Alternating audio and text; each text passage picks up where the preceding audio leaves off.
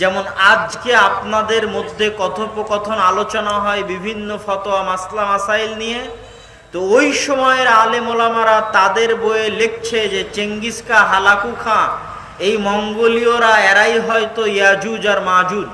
আলেম ওলামারা বইয়ে লিখেছে যে এরাই হয়তো সেই ইয়াজুজ মাজুজ যার কথা কোরআনে এবং হাদিসে বর্ণিত হয়েছে। পরিস্থিতি এত ভয়াবহ ছিল, পরিস্থিতি এত ভয়ঙ্কর ছিল, পরিস্থিতি এত ভয়ানক ছিল। তো মুসলমানেরা কি সেই ভয়ঙ্কর পরিস্থিতি থেকে উত্তরণ পায়নি? পেয়েছে। তো আজকে মুসলমানেরা যে ভয়ঙ্কর ভয়াবহ পরিস্থিতির মধ্যে দিয়ে যাচ্ছে, এখান থেকে উত্তরণের রাস্তা আছে, কিন্তু ওইটা ইতিহাসেই আছে। সেই ইতিহাস থেকে আপনাদের সামনে সংক্ষিপ্ত ইতিহাস, ফিলিস্তিন, জেরুজালেম, মসজিদে আকসার সংক্ষিপ্ত ইতিহাস, যার মধ্যে আপনাদের জন্য শিক্ষা আছে, মুসলমানদের জন্য শিক্ষা আছে। যে ইতিহাসগুলো আল্লাহ এবং তার রাসূল সাল্লাল্লাহু আলাইহি ওয়াসাল্লাম কোরআন এবং হাদিসে বলে গেছেন, তার আলোকে আপনাদের সামনে পেশ করব। আল্লাহ সুবহানাহু ওয়া তাআলা পবিত্র কোরআন মাজিদে বলছেন, ইন্না আউওয়ালা বাইতিন উযিআ লিন-নাস বিবাক্কাহ, আসমানের নিচে জমিনের উপরে আল্লাহর ইবাদতের জন্য প্রথম যে ঘর তৈরি করা হয়েছিল তা মক্কায়। আল্লাহর ইবাদতের জন্য আসমানের নিচে জমিনের উপরে প্রথম যে ঘর তৈরি করা হয়েছিল তা মক্কায়। ফ্যানটা বন্ধ থাকে। এবং রাসূলুল্লাহ সাল্লাল্লাহু আলাইহি ওয়াসাল্লামকে আবু যর গিফারি রাদিয়াল্লাহু তাআলা আনহু বললেন, এটা বন্ধ করে দেন। আবু যর গিফারি রাদিয়াল্লাহু তাআলা আনহু রাসূল সাল্লাল্লাহু আলাইহি ওয়াসাল্লামকে জিজ্ঞেস করলেন, হে আল্লাহর নবী, পৃথিবীতে আল্লাহর ইবাদতের জন্য সর্বপ্রথম ঘর কোনটি তৈরি হয়েছে? রাসূলুল্লাহ সাল্লাল্লাহু আলাইহি ওয়াসাল্লাম উত্তরে বললেন, মক্কার কাবা। আবু যর গিফারি পাল্টা প্রশ্ন করলেন, সুম্মা আইয়ু, মক্কার কাবার পরে আল্লাহর ইবাদতের জন্য পৃথিবীতে দ্বিতীয় কোন ঘর নির্মিত হয়েছে? রাসূলুল্লাহ সাল্লাল্লাহু আলাইহি ওয়াসাল্লাম উত্তরে বললেন, আল মসজিদ আল আকসা, মসজিদে আকসা। আবু যর গিফারি পাল্টা জিজ্ঞেস করলেন, কাম বাইনাহুমা, হে আল্লাহর নবী, মক্কার কাবা আর জেরুজালেম ফিলিস্তিনের মসজিদে আকসার মধ্যে পার্থক্য কয় বছরের, ব্যবধান কয় বছরের? রাসূলুল্লাহ সাল্লাল্লাহু আলাইহি ওয়াসাল্লাম বললেন, 40 আমা, 40 বছরের ব্যবধান। তথা 40 বছর আগে মক্কায় কাবা তৈরি হয়েছে, তার 40 বছর পরে জেরুজালেমে মসজিদ আকসা তৈরি হয়েছে। এই 40 বছর কোন 40 বছর? ইব্রাহিম আলাইহিস সালাতু ওয়াস সালামের জীবদ্দশার 40 বছর, না আদম আলাইহিস সালাতু ওয়াস সালামের 40 বছর, না তারও পূর্বে আল্লাহ ফেরেশতাদের দিয়ে নির্মাণ করেছিলেন তখন 40 বছরের ব্যবধান। এই বিষয়ে আল্লাহ সুবহানাহু ওয়া তাআলা ভালো জানে। তবে ঐতিহাসিকগণ একমত যে অবশ্যই ইব্রাহিম আলাইহিস সালাতু ওয়াস সালামের পূর্ব থেকেই, নূহ আলাইহিস সালাতু ওয়াস সালামের বন্যার পূর্ব থেকেই মক্কায় কাবা এবং জেরুজালেমে মসজিদ আকসা ছিল। এবং পৃথিবী ব্যাপী যে ভয়ঙ্কর প্লাবন আল্লাহ নূহ আলাইহিস সালাতু ওয়াস সালামের যুগে দিয়েছিলেন, সেই প্লাবনে সব কিছু ডুবে গেছিল। তখন কাবা ঘরও ধ্বংস হয়ে গেছিল, মসজিদে আকসাও ধ্বংস হয়ে গেছিল। এই ধ্বংসাবশেষের উপরে নূহ আলাইহিস সালাতু ওয়াস সালামের পরে সর্বপ্রথম যিনি কাবা ঘর নির্মাণ করেন তিনি হচ্ছেন ইব্রাহিম আলাইহিস সালাতু ওয়াস সালাম। ইব্রাহিম আলাইহিস সালাতু ওয়াস সালামের সাথে যেমন কাবা ঘরের সম্পর্ক আছে, ইব্রাহিম আলাইহিস সালাতু ওয়াস সালামের সাথে তেমন জেরুজালেম মসজিদ আকসার সম্পর্ক আছে। কিভাবে ইব্রাহিম আলাইহিস সালাতু ওয়াস সালামের সাথে জেরুজালেমের সম্পর্ক, মসজিদ আকসার সম্পর্ক? ইব্রাহিম আলাইহিস সালাতু ওয়াস সালামের জন্ম ছিল ইরাকে, ইরাকের ব্যাবিলন নগরীতে। আরবিতে বলা হয় বাবেল, বিবাবেল হারুত ওয়া মারুত। হারুত মারুতের যে বিখ্যাত কল্প কাহিনী আপনাদের মধ্যে প্রসিদ্ধ আছে, সেটা বাবেল শহরে, আরবিতে বলা হয় বাবেল, ইংরেজিতে বলা হয় ব্যাবিলন, যা ইরাকে, আজকের ইরাকে। সেখান থেকে নিজের পিতা আজর কর্তৃক বিতাড়িত হয়ে ইব্রাহিম আলাইহিস সালাতু ওয়াস সালাম আশ্রয় নিয়েছিলেন শামে, সিরিয়াতে। আর শাম এবং সিরিয়া বলতে আজকের সিরিয়া নয়, শাম এবং সিরিয়া বলতে আজকের জর্ডান, আজকের লেবানন, আজকের ফিলিস্তিন, আজকের ইসরায়েল এবং আজকের সিরিয়া সব মিলেই তৎকালীন শাম এবং তৎকালীন সিরিয়া। তথা আমার নবী যেমন মক্কা থেকে হিজরত করেছেন মদিনায়, আমার নবীর দারুল হিজরা ছিল মদিনা, ঠিক আমার নবীর আদি পিতা ইব্রাহিমের দারুল হিজরা ছিল জেরুজালেম, দারুল হিজরা ছিল সিরিয়া। ওই একই সমসাময়িক সময়ে লূত আলাইহিস সালাতু ওয়াস সালামের কওমকে আল্লাহ তাদের শহরকে উল্টিয়ে দেওয়ার মাধ্যমে ধ্বংস করে দিয়েছিলেন। যেই জায়গাতে আল্লাহ শহর উল্টিয়ে দিয়েছিলেন ওই জায়গাতে এখন ডেড সি, মৃত সাগর আছে জর্ডান এবং ইসরায়েলের সীমান্তবর্তী অঞ্চলে। তো লূত আলাইহিস সালাতু ওয়াস সালামের নগরীকে যখন আল্লাহ উল্টিয়ে দিলেন, তখন লূত আলাইহিস সালামকে বাঁচিয়ে কোথায় আশ্রয় দিলেন? ইব্রাহিমকে যেমন ইরাক থেকে পিতার অত্যাচার এবং জালেম বাদশাহ নমরুদের অত্যাচার থেকে বাঁচিয়ে জেরুজালেমে আশ্রয় দিয়েছিলেন, তেমনি লূত আলাইহিস সালাতু ওয়াস সালামের কওমকে ধ্বংস করে দিয়ে তাকে বাঁচিয়ে তার পরিবার পরিজন সহ তাকে আশ্রয় দিয়েছিলেন জেরুজালেমে। এই কথা আল্লাহ নিজে কোরআনে বলছেন। কি বলছেন? ওয়ানাজ্জাইনাহু ওয়া লূতান, আমি ইব্রাহিমকে আশ্রয় দিয়েছি, আমি লূতকে আশ্রয় দিয়েছি, ইলাল আরদিল্লাতি বারাকনা ফিহা লিল আলামিন, আমি ইব্রাহিমকে আশ্রয় দিয়েছি ওই মাটিতে, লূতকে আশ্রয় দিয়েছি ওই মাটিতে, যেই মাটিতে আমি সারা পৃথিবীর মানুষের জন্য বরকত রেখেছি। বলেন আল্লাহু আকবার।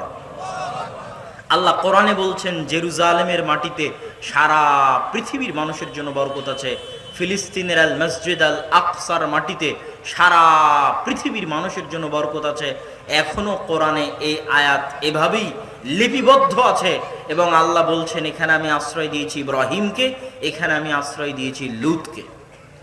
তাহলে আমরা বলছিলাম মসজিদে আকসার ইতিহাস, মসজিদে আকসার সাথে ইব্রাহিম আলাইহিস সালাতু ওয়াস সালামের সম্পর্ক, জেরুজালেম মসজিদে আকসার সাথে লূত আলাইহিস সালাতু ওয়াস সালামের সম্পর্ক, ওই পবিত্র ভূমির সাথে নবীদের সম্পর্ক বলছিলাম। এবার পরের পর্বে আমরা দেখব মক্কার কাবা এবং জেরুজালেমের মসজিদে আকসা, এই দুটার মধ্যে যোগসূত্র, কানেকশন স্থাপনকারী প্রথম নবীও ইব্রাহিম। ইব্রাহিম আলাইহিস সালাতু ওয়াস সালামের দুই স্ত্রী সারা এবং হাজেরা। সারা আলাইহা সালাতু ওয়াস সালামকে নিয়ে তিনি থাকতেন জেরুজালেমে, ফিলিস্তিনে, আর হাজেরা আলাইহা সালাতু ওয়াস সালামকে তার সন্তান সহ রেখে এসেছিলেন মক্কায়। তথা ইব্রাহিমের এক স্ত্রীর সন্তান ইসহাক লালিত পালিত হচ্ছে মসজিদে আকসার পাশে, আর ইব্রাহিম আলাইহিস সালাতু ওয়াস সালামের আরেক স্ত্রীর সন্তান ইসমাইল লালিত পালিত হচ্ছে কাবায়, মক্কার কাবায়। এবং ইব্রাহিম আলাইহিস সালাতু ওয়াস সালামের পরিবারে আল্লাহ সুবহানাহু তাআলা নবুয়ত দিয়ে দিয়েছেন কিয়ামত পর্যন্ত ইব্রাহিমের পরিবারের বাইরে আর নবী হবে না। এই বরকত ইব্রাহিমের পরিবার পেয়েছে এই দুই মসজিদ থেকে, মসজিদে আকসা থেকে আর মক্কার কাবা থেকে। তথা মসজিদের সাথে সম্পর্ক রক্ষা করা ছাড়া মানুষ আদর্শ পরিবার তৈরি করতে পারবে না। ইব্রাহিম আলাইহিস সালাতু ওয়াস সালাম আদর্শ পরিবার তৈরি করেছিলেন, এক সন্তানকে এক মসজিদে, আর এক সন্তানকে আর এক মসজিদে। পৃথিবীর দুই শ্রেষ্ঠ মসজিদে তার দুই স্ত্রীর দুই সন্তান মরা পর্যন্ত, শেষ জীবন পর্যন্ত থেকেছে। ইসমাইল আর তার বংশধরেরা মুহাম্মদ সাল্লাল্লাহু আলাইহি সাল্লাম পর্যন্ত, আর ইসহাক আর তার বংশধরেরা ঈসা আলাইহিস সালাতু ওয়াস সালাম পর্যন্ত এই মসজিদের খেদমত করতে থেকেছে। সম্মানিত উপস্থিতি, এই জন্য আজও ইব্রাহিম আলাইহিস সালামের কবর, আজও ইসহাক আলাইহিস সালাতু ওয়াস সালামের কবর, আজও ইয়াকুব আলাইহিস সালাতু ওয়াস সালামের কবর ওই জেরুজালেমে, ওই ফিলিস্তিনে। এবং আমরা আরো ঘটনাক্রমে মুসা আলাইহিস সালাম পর্যন্ত যাব। তো এখানে ইব্রাহিম আলাইহিস সালাতু ওয়াস সালামের প্রথম স্ত্রী সারার সন্তান ইসহাক। ইব্রাহিমকে ইউরোপের লোকজন বলে আব্রাহাম। আব্রাহাম লিঙ্কন নাম শুনেছেন? আব্রাহাম মানে ইব্রাহিম। তারাও নবী ইব্রাহিমকে সম্মান করে। মিল্লাত ইব্রাহিমের দাবিদার পৃথিবীতে তিনটা ধর্ম, ইহুদি এবং নাসারা। ইহুদি নাসারা আসলে কোনো এখন ধর্মই নয়। এই জন্য ধর্ম নয় যে এটা এখন একটা গোত্রের মধ্যে সীমাবদ্ধ হয়ে গেছে, আসলে ওগুলো ইসলাম। ইব্রাহিম আলাইহিস সালাতু ওয়াস সালাম যে দিন নিয়ে এসেছিলেন সেটাও ইসলাম, ইসহাক আলাইহিস সালাতু ওয়াস সালাম, ইয়াকুব আলাইহিস সালাতু ওয়াস সালাম, মূসা আলাইহিস সালাতু ওয়াস সালাম, ঈসা আলাইহিস সালাতু ওয়াস সালাম যে দিন নিয়ে এসেছিলেন সেটাও ইসলাম। এবং তারা সবাই ছিলেন মুসলমান। ইব্রাহিম আলাইহিস সালাতু ওয়াস সালাম ইহুদিও ছিলেন না, খ্রিস্টানও ছিলেন না, হানিফা মুসলিমা, মুসলিম ছিলেন এবং তারা ইসলাম নিয়ে এসেছিলেন। কিন্তু পরবর্তীতে নির্দিষ্ট গোত্রের মধ্যে সীমাবদ্ধ হয়ে যাওয়ার কারণে তারা মূল নাম, মূল দিন ছেড়ে দিয়ে গোত্র ভিত্তিক হয়ে গেছে। যেমন আমি ইসলাম ছেড়ে দিয়ে কোরাইশি হয়ে গেলাম, যে আমরা কোরাইশ বংশের লোকজনের মধ্যে ইসলামকে সীমাবদ্ধ করে দিয়ে আজকে থেকে বলতে লাগলাম যে আমরা কোরাইশি। এই অবস্থা হয়ে গেছে ইহুদিদের, এই অবস্থা হয়ে গেছে নাসারাদের। মূল দিন যেটা তাদের নবীরা নিয়ে এসেছিল সেটা ইসলাম। সম্মানিত উপস্থিতি, তো ইব্রাহিম আলাইহিস সালাতু ওয়াস সালামের ছেলে ইসহাককে তারা বলে আইজ্যাক। আইজ্যাক নিউটনের নাম শুনেছেন, বিজ্ঞানী, মূলত ইসহাক নিউটন। ইসহাক আলাইহিস সালাতু ওয়াস সালামের ছেলেকে ইয়াকুব আলাইহিস সালাতু ওয়াস সালামকে তারা বলে জ্যাকব। জ্যাকব নামে অনেকের আপনারা নাম পাবেন ইউরোপ এবং আমেরিকায়। মূলত উদ্দেশ্য হচ্ছে ইয়াকুব, উচ্চারণের পার্থক্য। যে ইয়াকুবকে আমি বলছি ওই ইয়াকুবই, অন্য কোনো ইয়াকুব না। তথা আব্রাহাম বললে যে ইব্রাহিমকে আমি ইব্রাহিম বলছি ওই ইব্রাহিমই উদ্দেশ্য। দাউদ আলাইহিস সালাতু ওয়াস সালামকে তারা বলে ডেভিড। ইউসুফ আলাইহিস সালাতু ওয়াস সালামকে তারা বলে জোসেফ, জোসেফ স্ট্যালিন। জোসেফ নামে অনেক স্কুল কলেজ আছে সারা বাংলাদেশে, মূলত এগুলো সব ইউসুফ। সেন্ট জোসেফ, সেন্ট মানে আমরা যেমন বলি হজরত, তারা ইংরেজিতে বলে সেন্ট। হজরত ইউসুফ মানে হচ্ছে সেন্ট জোসেফ। যেই ইউসুফকে আমি বলছি সেই ইউসুফই, অন্য কোনো ইউসুফ নয়। সম্মানিত উপস্থিতি, তো ইব্রাহিম আলাইহিস সালাতু ওয়াস সালামের ছেলে ইসহাক, ইসহাকের ছেলে ইয়াকুব, ইয়াকুবের ছেলে ইউসুফ। ইয়াকুব আলাইহিস সালাতু ওয়াস সালামকে আল্লাহ 12 ছেলে মেয়ে দিয়েছিলেন। এক স্ত্রীর গর্ভে 10 জন, আর এক স্ত্রীর গর্ভে 2 জন। সেই 2 জন হচ্ছে ইউসুফ আলাইহিস সালাতু ওয়াস সালাম আর বেনিয়ামিন। আজকে যে প্রধানমন্ত্রীর দায়িত্ব পালন করছে বেনিয়ামিন নেতানিয়াহু, ওই যে নামের শুরুতে বেনিয়ামিন, নবীর নামকে লক্ষ্য করেই নাম রাখা আছে বেনিয়ামিন। সম্মানিত উপস্থিতি, এই ডটগুলো আপনারা মিলিয়ে নিতে পারলে আপনাদের কাছে আরো পরিষ্কার হবে। ইউসুফ আলাইহিস সালাতু ওয়াস সালামের ভাই হচ্ছে বেনিয়ামিন, 2 ভাই, আর হচ্ছে 10 ভাই। তো ইউসুফ আলাইহিস সালাতু ওয়াস সালাম স্বপ্নে দেখলেন 11টা তারকা সিজদা করছে। 11 তারকা মানে 11 ভাই, 11 ভাই তাকে সিজদা করছে। তারপরে লম্বা ঘটনা, এই লম্বা ঘটনা আমাদের উদ্দেশ্য নয়, আমাদের উদ্দেশ্য জেরুজালেম।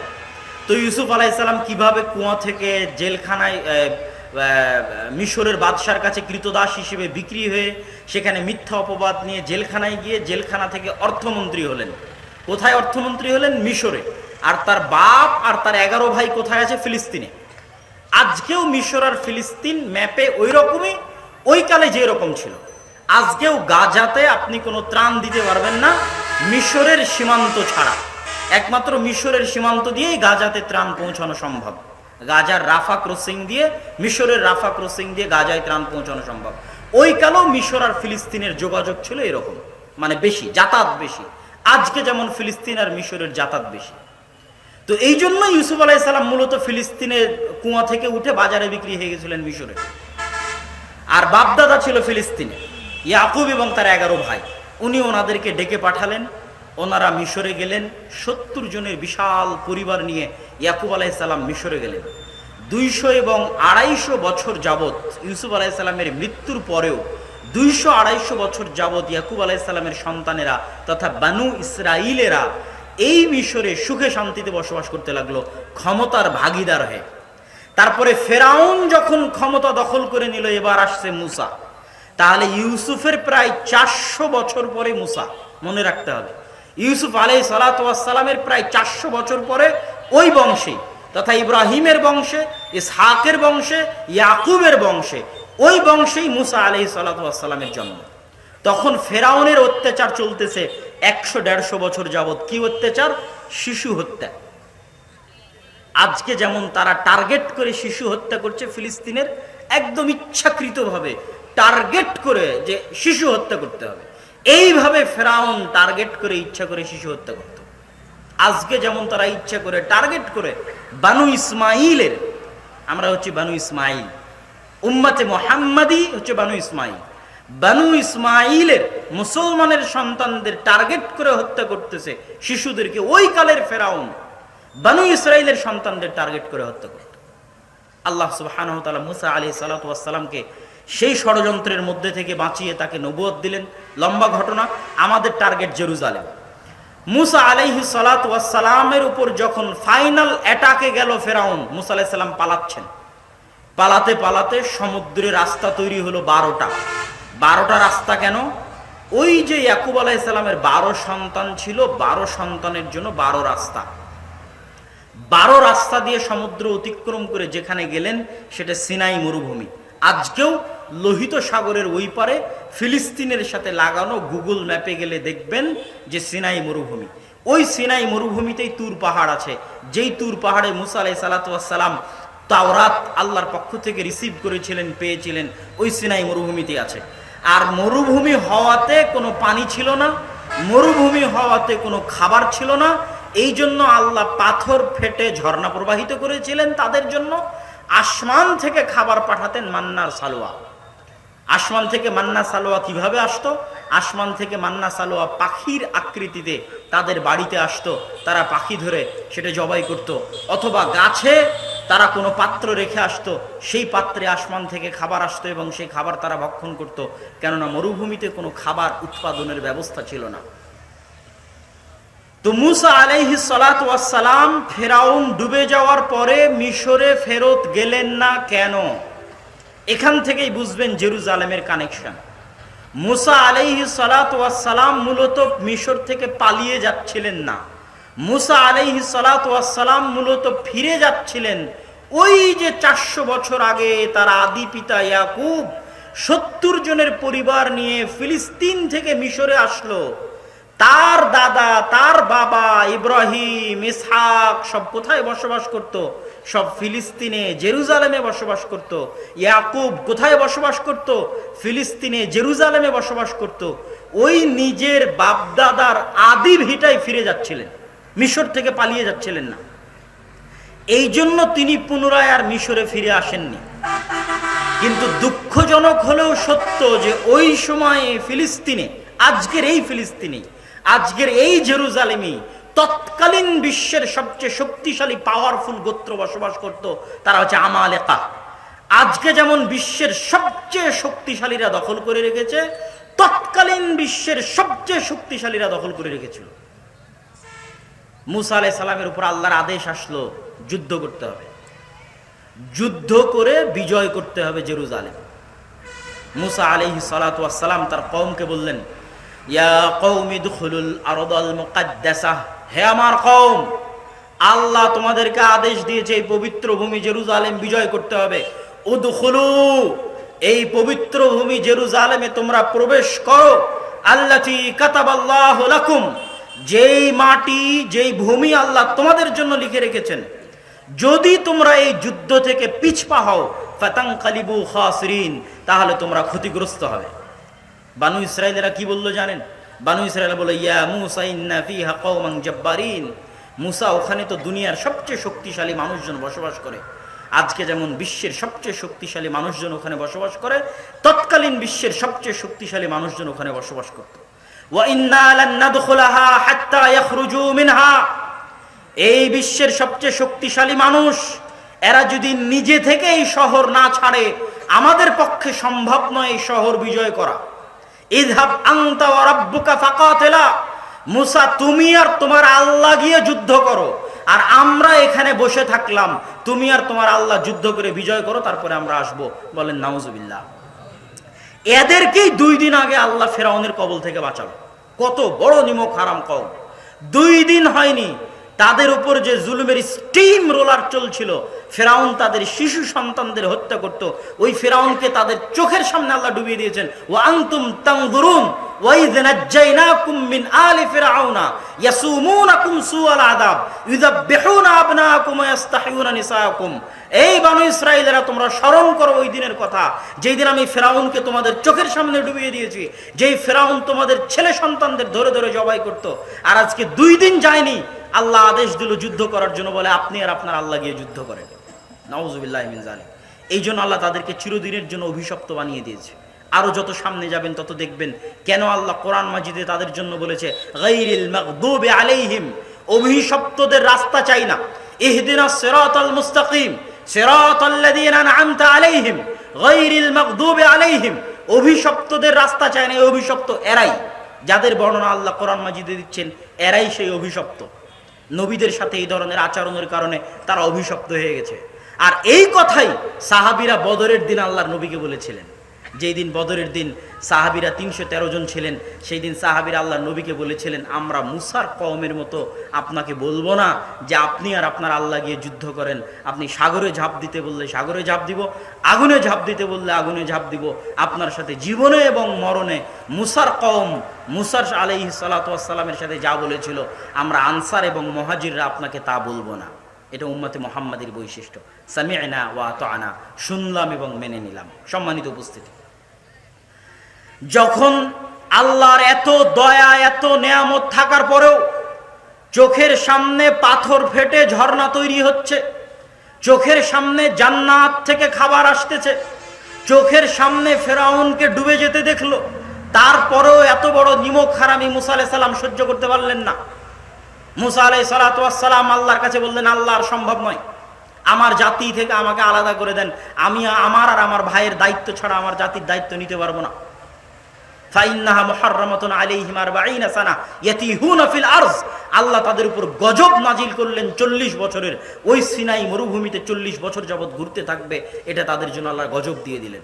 এর মধ্যেই মুসা আলাইহিস সালাতু ওয়াস সালাম মারা গেলেন, এই 40 বছরের মধ্যেই। তো মুসা আলাইহিস সালাতু ওয়াস সালাম অন্তরে এই ব্যথা নিয়ে মারা যাচ্ছেন যে তিনি জেরুজালেমে প্রবেশ করতে পারেননি, পবিত্র ভূমিতে তিনি ঢুকতে পারেননি। প্রত্যেক মুসলমানের অন্তরে ব্যথা থাকা উচিত যে তারা মসজিদে আকসায় যেতে পারে না। প্রত্যেক মুসলমানের অন্তরে ব্যথা থাকা উচিত যে তারা জেরুজালেমে প্রবেশ করতে পারে না। সুলতান সালাহুদ্দিন আইয়ুবী এই শপথ করেছিলেন যে যতদিন তিনি জেরুজালেমের মসজিদে আকসায় 2 রাকাত সালাত আদায় না করবেন, ততদিন তিনি মক্কা এবং মদিনায় হজের জন্য সফর করবেন না। এই কষ্ট তিনি অনুভব করতেন, এই কষ্ট তিনি ফিল করতেন যে আল্লাহর 3টা পবিত্র মসজিদের একটা পবিত্র মসজিদ, পৃথিবীর সবচেয়ে পুরাতন 2টা মসজিদের একটা পুরাতন মসজিদ, পৃথিবীর সকল নবী যারা দ্বীনের দাওয়াত ইসলামের দাওয়াত নিয়ে এসেছেন তাদের অধিকাংশই এই মসজিদের আশেপাশে থেকেছেন, উঠেছেন, বড় হয়েছেন। সেই মসজিদে আমরা যেতেও পারি না, সেই মসজিদে আমরা সালাতও আদায় করতে পারি না। এই কষ্ট আপনার থাকতে হবে, এই কষ্ট আপনার ছেলে মেয়ের মাথায় দিতে হবে। যেমন সুলতান সালাহুদ্দিন আইয়ুবীর অন্তরে এই কষ্ট ছিল। তো জেরুজালেমে ঢুকতে না পারার কষ্ট নিয়ে মুসা আলাইহিস সালাম মারা যাচ্ছে। কত বছর আগের ইতিহাস বলছে আপনাকে, অথচ আজকে মনে হচ্ছে বাস্তব। আজকের জেরুজালেমের সাথে মিলিয়ে দেখেন, এটা কত বছর আগের ইতিহাস বলছে। মুহাম্মদ সাল্লাল্লাহু আলাইহি ওয়াসাল্লামেরও কত বছর আগে, ঈসা আলাইহিস সালামেরও কত বছর আগে। কোথায় মুসা আলাইহিস সালাম? তখন মুসা আলাইহিস সালাতু ওয়াস সালাম আল্লাহর কাছে দোয়া করছে, বুখারীর হাদিস, ফাসাআলাল্লাহ আইয়ুদনিয়াহু মিনাল আরজিল মুকাদ্দাসা রামিয়াতা বিহাজারিন। মুসা আলাইহিস সালাতু ওয়াস সালাম মৃত্যুর সময় আল্লাহর কাছে দোয়া করলেন, আল্লাহ, আমার কওমের নিমক হারামির কারণে জেরুজালেমে প্রবেশ করতে পারলাম না, আপনি আমার মৃত্যুটা এই মসজিদে আকসা, এই বাইতুল মুকাদ্দাস, এই জেরুজালেমের এত নিকটে আমার মৃত্যু দান করুন, যেন জেরুজালেম থেকে মসজিদে আকসা থেকে একটা ঢিল নিক্ষেপ করলে আমার কবরে এসে পৌঁছে। কত বড় ব্যথা অন্তরে থাকলে একজন নবী এই দোয়া করতে পারে। মুহাম্মদ সাল্লাল্লাহু আলাইহি ওয়াসাল্লাম বলছেন, আমি যদি আজ ফিলিস্তিনের মাটিতে থাকতাম তাহলে তোমাদের দেখিয়ে দিতাম কোথায় মুসা আলাইহিস সালাতু ওয়াস সালামের কবর আছে। সম্মানিত উপস্থিতি, মুসা আলাইহিস সালাতু ওয়াস সালামের মৃত্যুর পরে, হারুন আলাইহিস সালাতু ওয়াস সালামের মৃত্যুর পরে নতুন নবী হলেন ইউশা বিন নুন। ইউশা বিন নুনকে ওই যে খিজির আলাইহিস সালাতু ওয়াস সালামের বিশাল লম্বা ঘটনা আপনারা জানেন, যে মুসা আলাইহিস সালাম একজন যুবককে সাথে করে নিয়ে খিজির আলাইহিস সালামকে খুঁজতে বের হয়েছিলেন। যেই যুবকের প্যাকেট থেকে, থলে থেকে মাছ বের হয়ে গেছিল, ওই যুবকই ছিল ইউশা বিন নুন। যখন বানু ইসরাইলদের উপর যুদ্ধ ফরজ হয় জেরুজালেম দখল করার জন্য, তখন তো কেউ যুদ্ধে যেতে রাজি না, কিন্তু 2 জন রাজি হয়েছিল। তার মধ্যে একজন ইউশা বিন নুন। এই 2 জন কি বলেছিল জানেন? এই 2 জন বলেছিল, আল্লাহ কোরআনে তাদের কথা বলছেন, গুরুত্বপূর্ণ না হলে তো আল্লাহ কোরআনে বলতেন না। قال رجلان من الذين يخافون أنعم الله আনআমাল্লাহু আলাইহিম আদখুলু আলাইহিমুল বাব। ওই বানু ইসরাইলের মধ্যে দুইজন ব্যক্তি বলল, এই তোমরা কেন এই আমালেকা গোত্র শক্তিশালী পরাশক্তিদের দেখে কেন তোমরা ভয় পাচ্ছ? উদখুলু আলাইহিমুল বাব, তোমরা আল্লাহর উপর ভরসা করে জেরুজালেমের দিকে এগিয়ে যাও। ফাইদা দাখালতুমুহ ফাইন্নাকুম গালিবুন, যদি তোমরা আল্লাহর উপর ভরসা করে এগিয়ে যাও তোমরাই বিজয়ী হবে। ওয়া আলাল্লাহি ফাতাওয়াক্কালু, আর ভরসা রাখো একমাত্র আল্লাহর উপরে। ইন কুনতুম মুমিনিন, যদি তোমরা মুমিন হয়ে থাকো। ইউশা বিন নুন এই কথা বলেছিলেন। এই ইউশা বিন নুন নবী হয়ে গেলেন। 40 বছরের আযাব শেষ হয়ে গেল। ইউশা বিন নুন নবী হওয়ার পর বানু ইসরাইলকে বললেন, আল্লাহ তোমাদেরকে 40 বছর আযাব দিয়েছে জেরুজালেমে যুদ্ধ না করার জন্য, এবার কি তোমরা যুদ্ধ করতে চাও? বানু ইসরাইল রাজি, হ্যাঁ আমরা যুদ্ধ করতে চাই। ইউশা বিন নুন বানু ইসরাইলকে নিয়ে যুদ্ধের জন্য রওনা দিলেন, জেরুজালেম বিজয় করবেন। যুদ্ধ করতে করতে আমালেকা গোত্রের বিরুদ্ধে যুদ্ধ করতে করতে শুক্রবারের দিন বিকেল বেলা, শুক্রবারের দিন যে সময়ে আল্লাহ দোয়া কবুল করে তার মধ্যে একটি মত হচ্ছে শুক্রবারের দিন বিকেল বেলা আল্লাহ দোয়া কবুল করে। কেননা ওই সময় এই নবীর দোয়া কবুল হয়েছিল, যার ঘটনা এখন বলবো। ইউশা বিন নুনের দোয়া আল্লাহ কবুল করেছিলেন।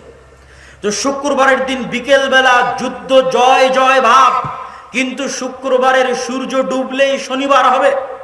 সূর্য ডুবলেই শনিবার শুরু। যেমন সূর্য ডুবলেই রমজান শুরু হয়, আপনি তারাবি পড়েন আগের রাতেই, ঠিক তেমনি সূর্য ডুবলেই শনিবার শুরু। আর শনিবার ওই দিনে পবিত্র দিন, ওই দিনে ওই ধর্মে পবিত্র দিনে যুদ্ধ নিষিদ্ধ। অতএব শনিবার হলেই আর যুদ্ধ করা যাবে না।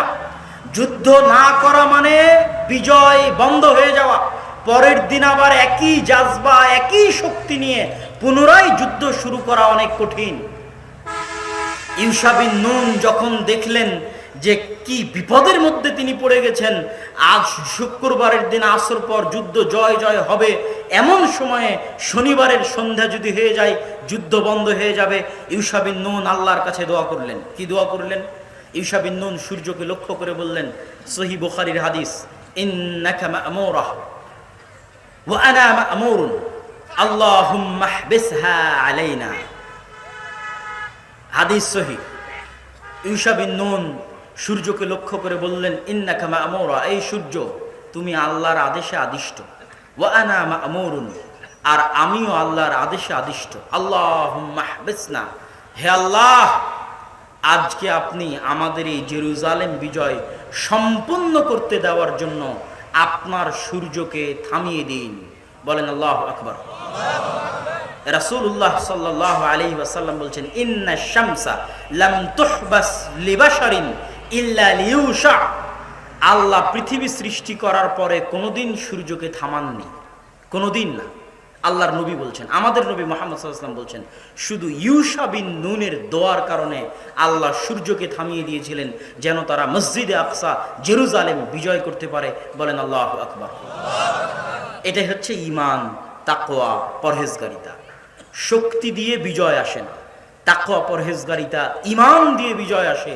তাকওয়া পরহেজগারিতা ঈমান থাকলে আল্লাহ সূর্যকেও থামিয়ে দিতে পারেন, যদি ওই রকম একদল মানুষ একত্রিত হয় ওই রকম তাকওয়া ওই রকম পরহেজগারিতা নিয়ে। সম্মানিত উপস্থিতি, জেরুজালেমের মসজিদে আকসা বিজয়ের একটা ঘটনা গেল।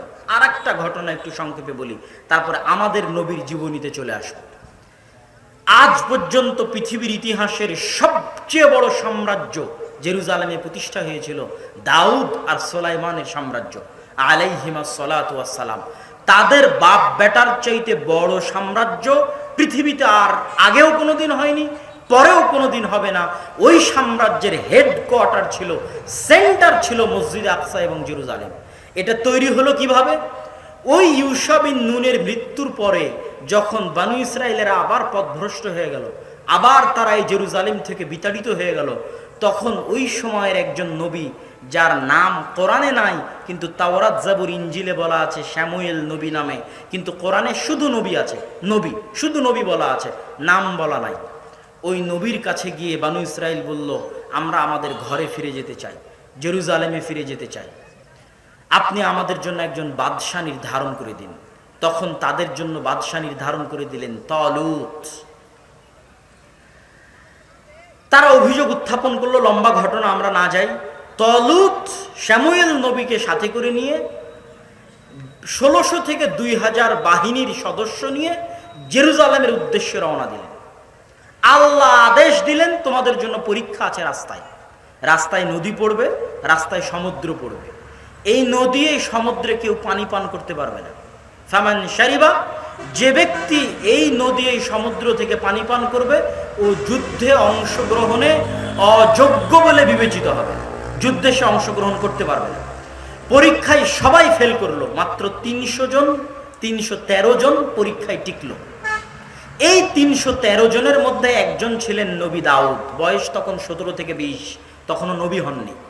তখন নবী শ্যামুয়েল, আর তখন বাদশার দায়িত্ব শ্যামুয়েল নবী দিয়েছে তলুতকে। তো তলুত আর শ্যামুয়েল নবী মাত্র 313 জন নিয়ে যুদ্ধে অবতীর্ণ হলেন। ওই সময় তাদের একটা কথা আল্লাহ কোরআনে বলছে, ওদের ওই 313 জন যখন জালুতকে ইংরেজিতে বলা হয়েছে জুলিয়েট, বাদশাহ জুলিয়েট। আপনি জালুত লিখলে গুগলে পাবেন না, কিন্তু জুলিয়েট লিখলে গুগলে পাবেন। ওই বাদশাহ জুলিয়েটের বিশাল বাহিনী দেখে 313 জন এরা বলছে, আমরা কেমনে, কোরআনের ভাষায় কি বলা জানেন? লা তাকাতা লানাল ইয়াউমা বিজালুত ওয়া জুনুদি। আরে আমাদের তো কোনো শক্তি নাই, আজকে এই জালুতের বিশাল সেনাবাহিনীর সামনে আমরা তো কিছুই না। ওই 313 জন, ওদের মধ্যে থেকে কালাল্লাযীনা ইয়াযুন্নুনা আন্নাহুম মুলাকুল্লাহ, ওই 313 জনের মধ্যে যারা বিশ্বাস করত যে তারা একদিন আল্লাহর সাথে সাক্ষাৎ করবে, তারা একদিন আল্লাহর সাথে দেখা করবে, তারা একদিন আল্লাহর সামনে দাঁড়াবে, ওই 313 জনের মধ্যে একদল মানুষ বলে উঠলো, কাম মিন ফিআতিন কালিলাতিন গালাবাত ফিআতান কাসীরা বিইজনিল্লাহ ওয়াল্লাহু মা'আস সাবিরিন। আরে কত ছোট ছোট দুর্বল দল কত বড় বড় শক্তিশালী দলকে পরাজিত করে দেয় আল্লাহর আদেশে, আল্লাহর সাহায্যে। আল্লাহর সাহায্য, আল্লাহর আদেশ, আল্লাহর সমর্থন যার সাথে আছে, সে যত ছোট হোক, যত দুর্বল হোক, বিজয় তার ভাগ্যে আছে। এই মর্মে তারা যুদ্ধে অবতীর্ণ হয়ে গেল, যুদ্ধে তারা বিজয়ী হলো। ওই যুদ্ধেই ছিলেন দাউদ আলাইহিস সালাম, তিনি নিজে হাতে বাদশাহ জুলিয়েটকে হত্যা করেছিলেন। তারপরে আল্লাহ দাউদকে নবী বানিয়ে দিলেন। দাউদ আর সুলাইমান মিলে জেরুজালেমে বিশ্বের সবচেয়ে বড় সাম্রাজ্য কায়েম করলেন। সুলাইমান আলাইহিস সালাম জিনদের দিয়ে দ্বিতীয়বার মসজিদে আকসা নির্মাণ করলেন। আজকে মসজিদে আকসার যে সীমানা, প্রায় এই সীমানায় ধারণা করা হয় সুলাইমান আলাইহিস সালাতু ওয়াস সালামের তৈরি করা সীমানা। যদিও এখন যে মসজিদ, এই মসজিদ ওমর রাদিয়াল্লাহু তাআলা আনহুর তৈরি করা মসজিদ। ওমর রাদিয়াল্লাহু তাআলা আনহু খ্রিস্টানদের গির্জার জায়গা তো মসজিদ তৈরি করেননি, ইহুদিদের সিনাগগের জায়গা তো মসজিদ তৈরি করেননি, মক্কার দিকে এগিয়ে গিয়ে মসজিদ তৈরি করেছেন। এবার আমরা আসবো রাসূলুল্লাহ সাল্লাল্লাহু আলাইহি ওয়াসাল্লামের জীবনে মসজিদে আকসার প্রভাব। তার আগে আরেকটু সংক্ষেপে বলে নেই, মারিয়াম আলাইহিস সালাতু ওয়াস সালাম এই মসজিদেরই খাদেম ছিলেন। এই মসজিদেই তার কাছে আল্লাহর পক্ষ থেকে খাবার আসতো। ঈসা আলাইহিস সালাতু ওয়াস সালাম এই শহরেই জন্মগ্রহণ করেছেন। ইয়াহইয়া, জাকারিয়া, যাদের কথা আল্লাহ কোরআনে বলেছে, তারা এই শহরেই বড় হয়েছেন। এই শহরে তাদেরকে মানুষ হত্যা করেছে। ঈসা আলাইহিস সালামকেও হত্যা করার চেষ্টা করেছে। ঈসা আলাইহিস সালামকে উঠিয়ে নিয়েছিলেন আল্লাহ সুবহানাহু ওয়া তাআলা। তথা এতক্ষণ যত নবীর আলোচনা করলাম, সব নবী এই মসজিদ কেন্দ্রিক। ইব্রাহিম, ইসহাক, ইয়াকুব, ইউসুফ, লূত, মূসা, হারুন, ইউশা বিন নুন, দাউদ, সুলাইমান, ঈসা, জাকারিয়া, ইয়াহইয়া, সব হচ্ছে মসজিদে আকসা, বাইতুল মুকাদ্দাস, জেরুজালেম কেন্দ্রিক। সম্মানিত উপস্থিতি, আমরা এই মসজিদে আকসার গুরুত্ব আপনাদেরকে বোঝাচ্ছিলাম। এবার আমাদের নবীর জীবনে 3টে ঘটনা মসজিদে আকসার। এক, গলিবাতির রোম। পৃথিবীর আদিকাল থেকে বিশ্বে 2টে বড় বড় সাম্রাজ্য ছিল, একটা পারস্য, একটা রোমান। পারস্য মানে আজকের ইরান, রোম মানে আজকের ইউরোপ। পারস্যরা ছিল অগ্নিপূজক, রোমানরা ছিল খ্রিস্টান। পারস্যের অগ্নিপূজকদের হাতে যখন জেরুজালেম চলে গেল, তখন মক্কার মুশরিকরা খুশি হলো, আর মক্কার মুমিনেরা কষ্ট পেল, মুহাম্মদ সাল্লাল্লাহু আলাইহি ওয়াসাল্লাম কষ্ট পেলেন। তখন মুহাম্মদ সাল্লাল্লাহু আলাইহি ওয়াসাল্লামকে আল্লাহ কোরআনের আয়াত নাজিল করে দিয়ে জানিয়ে দিলেন যে গলিবাতের রোম, আজকে তো রোমেরা পরাজিত হয়েছে, অদূর ভবিষ্যতে রোমেরা বিজয়ী হবে। আবু বকর রাদিয়াল্লাহু তাআলা ঘোষণা দিলেন যে বিজা সিনিন মানে 6 বছরের মধ্যে রোমেরা বিজয়ী হবে। ঠিক 6 বছরের মধ্যে রোমের খ্রিস্টানেরা বিজয়ী হলো। মুহাম্মদ সাল্লাল্লাহু আলাইহি ওয়াসাল্লাম খুশি হলেন। জেরুজালেম বিজয় করছে খ্রিস্টান, খুশি হচ্ছে মুহাম্মদ সাল্লাল্লাহু আলাইহি ওয়াসাল্লাম মক্কা এবং মদিনায়, যা প্রমাণ করে যে জেরুজালেম ইহুদির হাতে থাকার চেয়ে, খ্রিস্টানের হাতে থাকার চেয়ে একজন মুসলমানের হাতে থাকা তার আকীদা যেটাই হোক না কেন আমাদের খুশির কারণ এবং আমাদের দোয়া এবং সমর্থন, নৈতিক আমাদের দায়িত্ব। সম্মানিত উপস্থিতি, মুহাম্মদ সাল্লাল্লাহু আলাইহি ওয়াসাল্লামের জীবনে দ্বিতীয় ঘটনা, কদ নারা তাকাল্লুবা ওয়াজহিকা ইলাস সামা। আল্লাহর নবী জন্মের পর থেকে দেখছেন কাবা তার বাপ দাদার আদি পবিত্র জায়গা। তার দাদা এই ঘরের খাদেম ছিলেন। ইসমাইল আলাইহিস সালাতু ওয়াস সালামের পর থেকে নিয়ে তার বংশের সবাই এই ঘরের খেদমত করে গেছেন। তিনি এই ঘরকে সবচেয়ে বেশি ভালোবাসেন। আল্লাহ এই ঘর থাকার পরেও মুহাম্মদ সাল্লাল্লাহু আলাইহি ওয়াসাল্লামকে আদেশ দিচ্ছে আপনি সালাত আদায় করেন মসজিদে আকসামুখী হয়ে। এটা তার জন্য অনেক কষ্টের ছিল। আমি জন্মের পর থেকে দেখছি এই ঘর সবচেয়ে পবিত্র। জন্মের পর থেকে দেখছি আমার বাপদাদা 14 পুরুষ এই ঘরের খাদেম ছিলেন, আর আজকে আল্লাহ আমাকে বলছে আপনি সালাত আদায় করেন মসজিদে আকসামুখী হয়ে। মুহাম্মদ সাল্লাল্লাহু আলাইহি ওয়াসাল্লামের জন্য অনেক কষ্ট ছিল, কিন্তু এর মধ্যে নিদর্শন ছিল। এর মধ্যে ওই মদিনায় থাকা ইহুদিদের জন্য, মদিনায় থাকা খ্রিস্টানদের জন্য নিদর্শন ছিল, যেটা দ্বীনে হক। তোমরা যেই মসজিদে আকসাকে সম্মান করো, ওই মসজিদে আকসা মুখী হয়ে সালাত আদায় করতে যে আরবে নবীর দাবিদার মুহাম্মদ সাল্লাল্লাহু আলাইহি ওয়াসাল্লাম। এই 17 মাসের সালাত প্রথম কিবলা, আমাদের প্রথম কিবলা যেটা মুখী হয়ে আমরা সালাত আদায় করেছি, প্রথম মসজিদ মসজিদে কুবা, যেই মসজিদের দিকে করে তৈরি করা হয়েছে সেই মসজিদে আকসা 17 মাস কিবলা রাখার পিছনে এটাই কারণ, যেন মুসলমান এবং মুসলমানের সন্তানেরা জানে যে এই মসজিদ তাদের, এই মসজিদ মুসলমানদের, এই মসজিদ ইসলামের। এটা রাসূল সাল্লাল্লাহু আলাইহি ওয়াসাল্লামের জীবনে দ্বিতীয় ঘটনা। তৃতীয় ঘটনা, সুবহানাল্লাযী আসরা বিআবদিহি লাইলাম মিনাল মাসজিদিল হারাম ইলাল মাসজিদিল আকসা। মেরাজের রাত্রে আল্লাহ সুবহানাহু ওয়া তাআলা মুহাম্মদ সাল্লাল্লাহু আলাইহি ওয়াসাল্লামকে সরাসরি কাবা থেকে আসমানে নিয়ে যাননি, বরং কাবা থেকে নিয়ে গেছেন মসজিদে আকসায়। মসজিদে আকসায় তিনি বোরাক বেঁধে রেখেছেন। বোরাক বেঁধে রেখে মসজিদে আকসায় নবীদের ইমামতি করিয়েছেন। তারপরে মসজিদে আকসা থেকে তিনি আসমানে গেছেন। এটা রাসূল সাল্লাল্লাহু আলাইহি ওয়াসাল্লামের জীবনে মসজিদে আকসার তৃতীয় ঘটনা, যেটার স্বীকৃতি দিয়ে আবু বকর রাদিয়াল্লাহু তাআলা সিদ্দিক উপাধি পেয়েছেন। আল্লাহর নবীর জীবনে মসজিদে আকসার চতুর্থ ঘটনা, হুদাইবিয়ার সন্ধিকালে তৎকালীন কুরাইশের সর্দার আবু সুফিয়ান ব্যবসায়িক কাজে মক্কা থেকে ফিলিস্তিন এসেছে। তখন ফিলিস্তিন রোমানদের অধীনে। বিশাল রোমান এম্পায়ারের বাদশাহ হিরাক্লিয়াস রাতে স্বপ্নে দেখলেন আরবদের মধ্যে যারা খাতনা করে তাদের হাতে এই জেরুজালেম বাইতুল মুকাদ্দাস চলে যাচ্ছে। উনি জানতেন যে একমাত্র খাতনা করে ইহুদিরা। উনি আদেশ জারি করলেন, খুঁজো আরবের মধ্যে কারা খাতনা করে। তখন ওই শহরে আরব ব্যবসা করতে গেছে আবু সুফিয়ান মক্কা থেকে। রাসূল সাল্লাল্লাহু আলাইহি ওয়াসাল্লামের তৎকালীন শত্রু রাদিয়াল্লাহু তাআলা আনহু পরে ইসলাম গ্রহণ করেছে। আবু সুফিয়ান রাদিয়াল্লাহু তাআলা আনহুকে ধরে নিয়ে আসা হলো। ধরে নিয়ে এসে বাদশাহ হিরাক্লিয়াস তাকে প্রশ্নের পর প্রশ্ন করলেন। শুধু 2টা প্রশ্ন করে এই লম্বা ঘটনা শেষ করব। বাদশাহ হিরাক্লিয়াস আবু সুফিয়ানকে জিজ্ঞেস করলেন, কি জিজ্ঞেস করলেন? হাল ক্বালা হাযাল কওল মিনকুম আহাদুন ক্বাত ক্বাবলা। আজকে আরবে তোমাদের মধ্যে যে নবী নবুয়তের দাবি করেছে তার পূর্বে তোমাদের এই মক্কায় আর কি কোনোদিন কোন নবী নবুয়তের দাবি করেছিল? আবু সুফিয়ান বললেন, না, আর তো অতীতে কোনোদিন কোন নবী মক্কায় নবুয়তের দাবি করেনি। তখন বাদশাহ হিরাক্লিয়াস বললেন, যদি তুমি বলতে যে মক্কায় আর কোনোদিন কোন নবী, মক্কায় আর কেউ অতীতে কোনোদিন নবুয়তের দাবি করেছিল, তাহলে আমি বলতাম যে মুহাম্মদ সাল্লাল্লাহু আলাইহি ওয়াসাল্লাম ওর দেখা দেখি নবুয়তের দাবি করেছে।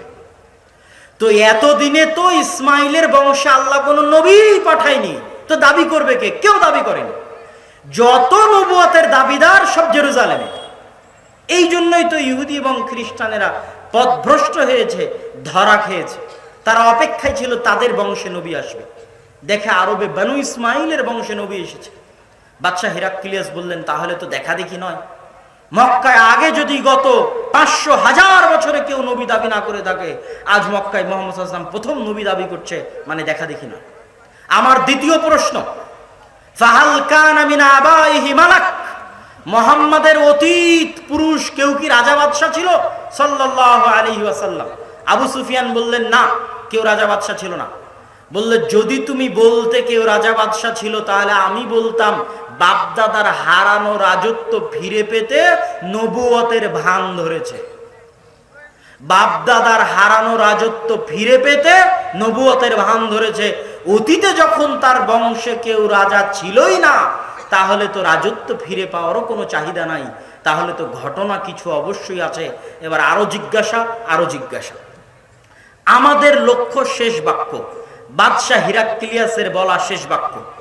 বাদশাহ হিরাক্লিয়াস আল্লাহর নবীর জীবদ্দশায়, আল্লাহর নবী জানেন না, আল্লাহর নবী থেকে 1500 মাইল দূরে আল্লাহর নবীর সবচেয়ে বড় শত্রুর সামনে, তৎকালীন আল্লাহর নবীর সাথে প্রত্যেকটা যুদ্ধে বিরুদ্ধ পার্টির যিনি প্রধান সেনাপতি, সেই আবু সুফিয়ানের সামনে রাদিয়াল্লাহু তাআলা আনহু, সারা বিশ্বের তৎকালীন যিনি সবচেয়ে শক্তিশালী বাদশাহ, বাদশাহ হিরাক্লিয়াস আল্লাহর নবীর অগোচরে, আল্লাহর নবীর আড়ালে 1500 মাইল দূরে আল্লাহর নবীর সবচেয়ে বড় শত্রুর সামনে তৎকালীন যুগের সবচেয়ে বড় বাদশাহ ঘোষণা দিচ্ছে, ফাইন কানা মা তাকুলু হাক্কান, যদি তুমি যা বলছো তা সত্য হয় তাহলে তুমি জেনে রাখো মাউযিআ কাদামাইয়া হাতাইন, আমার পায়ের নিচে এই জেরুজালেম, এই মসজিদে আকসার মাটি একদিন ওই নবীর অধীনস্থ হয়ে যাবে।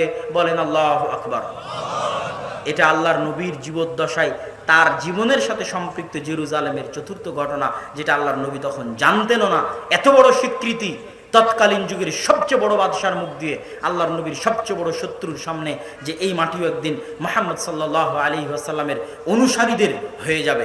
সম্মানিত উপস্থিতি, আল্লাহর নবী কি জেরুজালেম বিজয়ের জন্য কোনো যুদ্ধ করেছেন? জি করেছেন। এটা আপনাকে ওভাবে কেউ পয়েন্ট আউট করে দিবে না। মুতার যুদ্ধ এবং তাবুকের যুদ্ধ মূলত জেরুজালেম বিজয়েরই যুদ্ধ ছিল। কিভাবে আমি বলতেছি, মুতার যুদ্ধ যেখানে খালিদ ইবনে ওয়ালিদ, তার পূর্বে তিনজন সাহাবী শহীদ হওয়ার পর খালিদ বিন ওয়ালিদ যখন তরবারি নিলেন, আল্লাহর নবী মদিনায় বসে বললেন সাইফুম মিন সুয়ুফিল্লাহ। ওই যুদ্ধ আজকের জেরুজালেম থেকে মাত্র 100 কিলোমিটার ব্যবধান। 100 কিলোমিটার ব্যবধান কতটুকু ভাই? রাজশাহী আর চাঁপাইনবাবগঞ্জ, রাজশাহী আর বগুড়া, রাজশাহী আর নওগাঁ, এই 100 কিলোমিটার। ওখানে মসজিদে আকসা, আমি এখানে যুদ্ধ করতেছি। মানে এই যুদ্ধে আমি পরিপূর্ণ বিজয় হলেই তো, আমি যার বিরুদ্ধে যুদ্ধ করতেছি তার হেডকোয়ার্টার তো মসজিদে আকসাই, জেরুজালেমই। তাহলে আমি তার বিরুদ্ধে যুদ্ধ করছি মানে জেরুজালেম বিজয়েরই যুদ্ধ করতেছি। আর এটা আল্লাহর নবীর জীবদ্দশায় রোমানদের বিরুদ্ধে যুদ্ধ, আর রোমানদের হেডকোয়ার্টার রাজধানী তখন জেরুজালেম। রোমানদের বিরুদ্ধে আল্লাহর নবীর দ্বিতীয় যুদ্ধ হচ্ছে তাবুকের যুদ্ধ। সম্মানিত উপস্থিতি, আল্লাহর নবী যেই জেরুজালেমের জয় করার জন্য যেই যুদ্ধের সূচনা করে দিয়েছিলেন, যেই বাহিনী রওনা করে দিয়েছিলেন, আবু বকর রাদিয়াল্লাহু তাআলা আনহু ক্ষমতায় আসার পরে ওই বাহিনীকে থামাননি, কিন্তু একটু গতি স্লোথ স্তিমিত হয়ে গেছিল যাকাত অনাদায়কারীদের কারণে, মিথ্যা নবুয়তের দাবিদারদের কারণে। আবু বকর রাদিয়াল্লাহু তাআলা আনহুর মৃত্যুর পরে যখন ওমর রাদিয়াল্লাহু তাআলা আনহু ক্ষমতায় আসলেন, তখন এই গতি আরো জোরদার, আরো শক্তিশালী লাভ করলো। জেরুজালেম বিজয় করতেই হবে। আজকে আমাদের বক্তব্যের শেষ ঘটনা, জেরুজালেম বিজয়ে মুসলমানদের সবচেয়ে বড় যুদ্ধ ইয়ারমুকের যুদ্ধ। জেরুজালেম বিজয়ে মুসলমানদের সবচেয়ে বড় যুদ্ধ ইয়ারমুকের যুদ্ধ।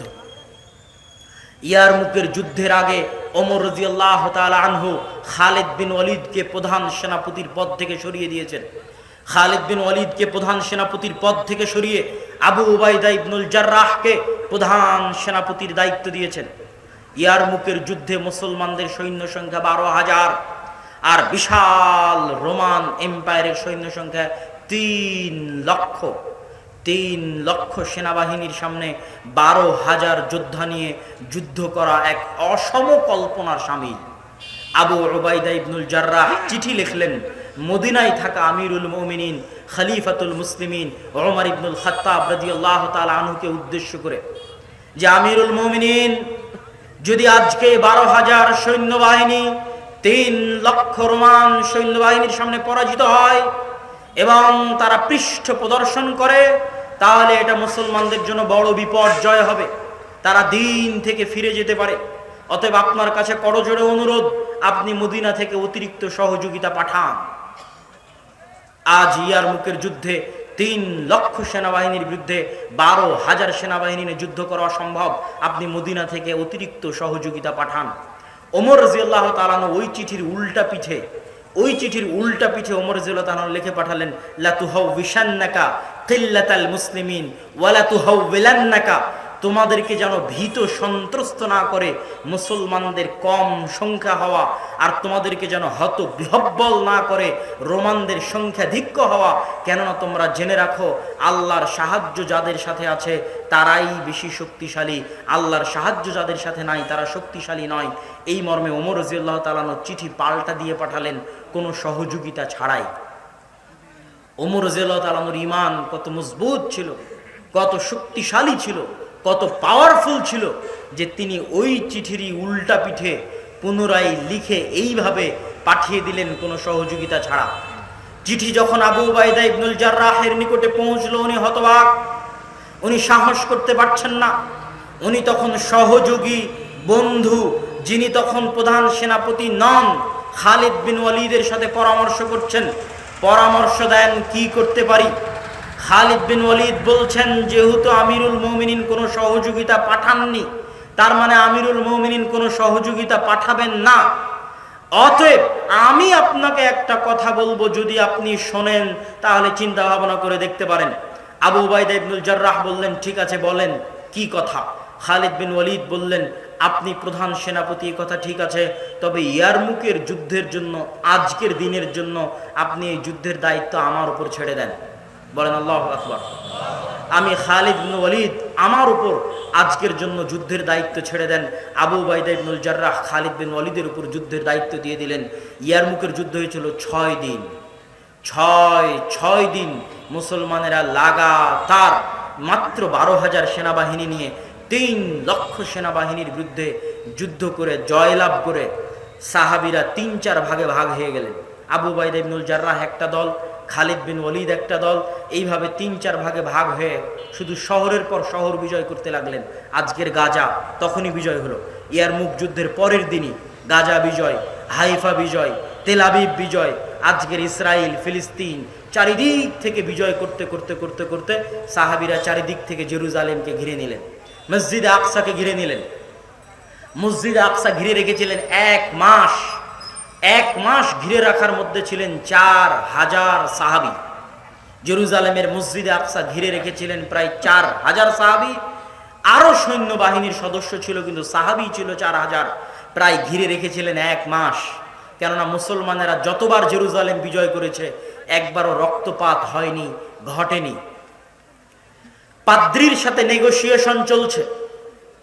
পাদ্রি তাওরাত, জাবুর, ইনজিল খুলে দেখে আবু উবাইদা ইবনুল জাররাহের সাথে তাওরাত, জাবুর, ইনজিলে লেখার কোনো মিল নাই।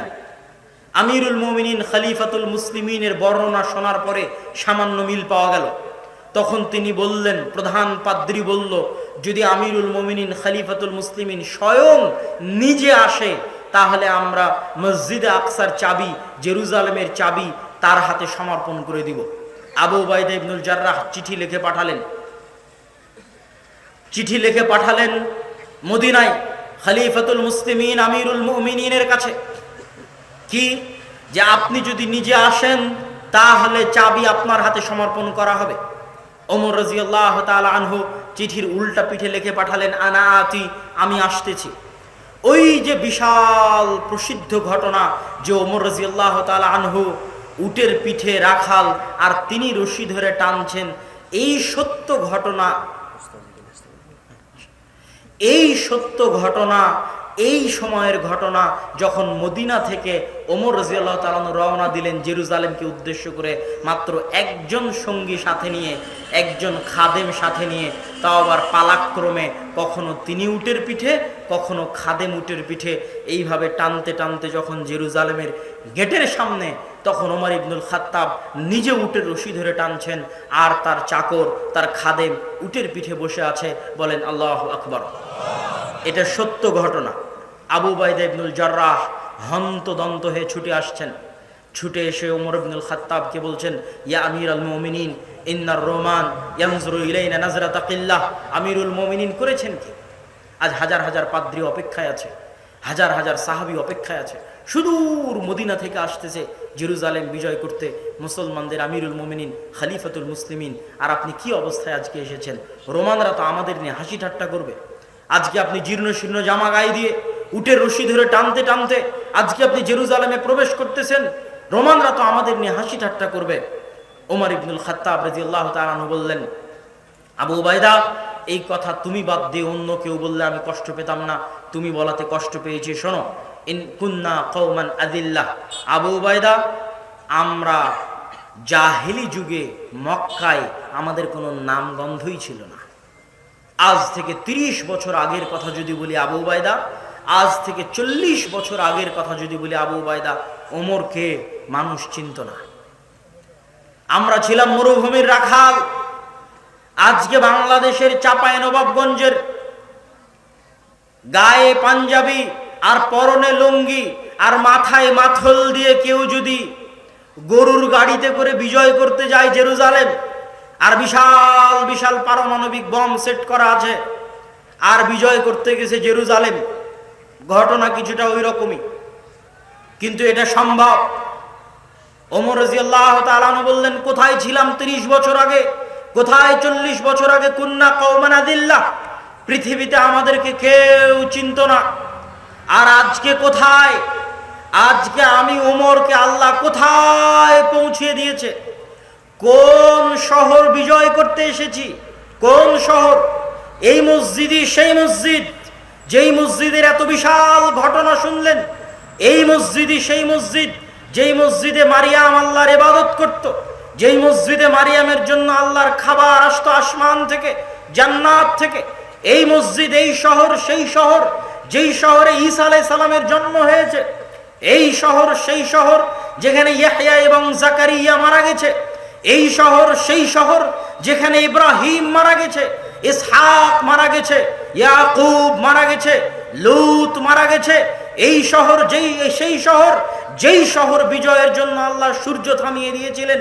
এই শহর সেই শহর যার পাশে মুসা আলাইহিস সালাতু ওয়াস সালাম মারা গেছেন। এই শহর বিজয় না করতে পারার ব্যথা নিয়ে, এই শহর সেই শহর যেই শহরে পৃথিবীর সবচেয়ে বড় সাম্রাজ্য দাউদ আর সুলাইমান প্রতিষ্ঠা করেছিলেন। আজ কোথায়? মক্কার অন্ধকার যুগ থেকে 30-40 বছরের ব্যবধানে ওমর বিজয় করতে এসেছে ওই শহর। এই শহর ওমর বিজয় করতে টাকার জোরে, ক্ষমতার জোরে, অস্ত্রের জোরে, পাওয়ারে, জামা কাপড়ে, শান শৌকতে ওমর আজকে এই শহর বিজয় করতে আসতে পারেনি। আজকে ওমর এই শহর বিজয় করতে আসতে পারছে। আ'আজ্জানাল্লাহু বিল ইসলাম। আজকে এই সম্মান আল্লাহ আমাদেরকে কোরআন এবং হাদিস, ইসলাম শক্ত করে মানার কারণে, আল্লাহর নবীর রেখে যাওয়া দিন শক্ত করে মানার কারণে আজকে আল্লাহ আমাদেরকে এই সম্মান দিয়েছে। এটা না আমি রশি ধরে টানছি এই কারণে, না আমি উটের পিঠে এই কারণে, না আমার গায়ে কি জামা কাপড় আছে এই কারণে কখনোই নয়। আল্লাহর দ্বীনের অনুসরণের কারণে আল্লাহ আজকে ওমরকে এই জায়গায় পৌঁছে দিয়েছে। যে কোন শহর বিজয় করছে? গোটা ইহুদিদেরকে বলেন যে তোমাদের গোটা পৃথিবী দিয়ে দেবো, জেরুজালেম দিয়ে দাও বলেন। খ্রিস্টানদেরকে বলেন, ইউরোপ আমেরিকাকে বলেন গোটা দুনিয়া নিয়ে নাও, বাংলাদেশ পাকিস্তান সব নিয়ে নাও, জেরুজালেম আমাদেরকে দাও। দিবে না। কিয়ামতের পূর্ব মুহূর্তে যত বড় বড় যুদ্ধ সংঘটিত হবে, মালহামা আল কুবরা, সব বড় বড় যুদ্ধ এই মাটিতেই সংঘটিত হবে। এই শাম, এই সিরিয়া, এই ইসরায়েল, এই ফিলিস্তিন, এখানেই সব বড় বড় যুদ্ধ সংঘটিত হবে। আর অত বড় যুদ্ধ সংঘটিত হওয়ার কারণ এইটা ছাড়া আর কোনোটা এত বড় কারণ হওয়া মানায় না। কেননা এটাই পৃথিবীর একমাত্র কারণ যার জন্য বিশ্বের 90% মানুষ যুদ্ধে জড়িয়ে যেতে পারে। বিশ্বের 90% মানুষ যুদ্ধে জড়িয়ে যেতে পারে, এরকম দ্বিতীয় আর কোনো কারণ পৃথিবীতেই নাই। এই একটাই কারণ আছে, সেটা মসজিদে আকসা, যার কারণে ইহুদিরাও যুদ্ধে জড়িয়ে যেতে পারে, যার কারণে খ্রিস্টানরাও যুদ্ধে জড়িয়ে যেতে পারে, যার কারণে মুসলমানেরাও যুদ্ধে জড়িয়ে যেতে পারে। এই কারণে এটাকে কেন্দ্র করেই কিয়ামতের পূর্ব মুহূর্তের সব বড় বড় যুদ্ধগুলো হবে। আর আল্লাহর নবীর ওই হাদিস যে পাথর বলবে, গাছ বলবে, এই যে আমার পিছনে লুকিয়ে আছে হত্যা করো, এত সহজে গাছ পাথর বলবে না। তাদের অত্যাচারের মাত্রা ওই রকম বেশি হয়ে যাবে, ওই রকম বেশি হয়ে যাবে। আজ যে অত্যাচার করছে এর চাইতেও ভয়াবহ অত্যাচার হবে। অত্যাচারের মাত্রা এত বেশি হবে যে আল্লাহর সৃষ্টি জীব তার বিরুদ্ধে কথা বলবে, আল্লাহর পাথর তাদের বিরুদ্ধে কথা বলবে, আল্লাহর গাছ তাদের বিরুদ্ধে কথা বলবে। তাদের অত্যাচারের মাত্রাতিরিক্ততার কারণে আল্লাহর গাছ, আল্লাহর পাথর তাদের বিরুদ্ধে কথা বলল। দাজ্জালকে ঈসা আলাইহিস সালাতু ওয়াস সালাম এই জেরুজালেমেই হত্যা করবেন। সম্মানিত উপস্থিতি, এই জন্য জেরুজালেম এবং মসজিদে আকসার গুরুত্ব আমাদেরকে বুঝতে হবে এবং এটাও মাথায় নিতে হবে যে এই গোটা ইতিহাসের যদি আমরা সারমর্ম করি তাহলে সারমর্ম কি দাঁড়ায়?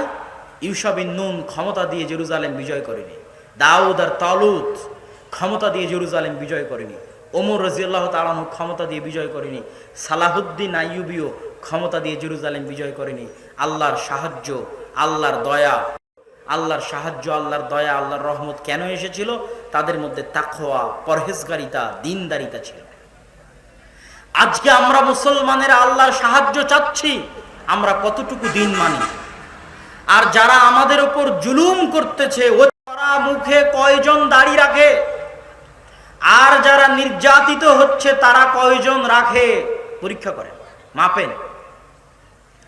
আজ যারা জুলুম করতেছে, অত্যাচার করতেছে, তারা কয়জন পড়ালেখা নিয়ে ব্যস্ত থাকে, জ্ঞান গবেষণা নিয়ে ব্যস্ত থাকে? আর যারা নির্যাতিত হচ্ছে, মার খাচ্ছে আমরা মুসলমানেরা, আমাদের সন্তানেরা কয়জন ফ্রি ফায়ার, পাবজি, নেশা, মদ, জুয়া নিয়ে ব্যস্ত থাকে? মাপেন। আর তারা কয়জন ব্যস্ত থাকে? মাপেন। স্লোগান দিয়ে আল্লাহর সাহায্য পাওয়া যাবে না, মিছিল করে আল্লাহর সাহায্য পাওয়া যাবে না। কোনোদিন স্লোগান দিয়ে মিছিল করে নবীরা আল্লাহর সাহায্য পায়নি। আল্লাহর সাহায্য পেতে হলে ওই তাকওয়া, ওই পরহেজগারিতা লাগবে। বিশ্বাস না হলে আগে তাদেরকে দেখে আসেন। যারা আপনাদের ওপর জুলুম করছে তাদেরকেই দেখে আসে। তাদের 100 জনে 99 জনের এইরকম বড় দাড়ি আমি নিজে দেখে এসেছি।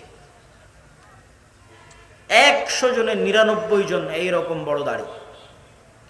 ওরা সারা পৃথিবীকে ব্যস্ত রেখেছে জুয়ায়, ওরাই সারা পৃথিবীকে ব্যস্ত রেখেছে মদে, সারা পৃথিবীকে ব্যস্ত রেখেছে নেশায়, আর ওরা সারাদিন ব্যস্ত থাকে জ্ঞান গবেষণার পড়া নিয়ে।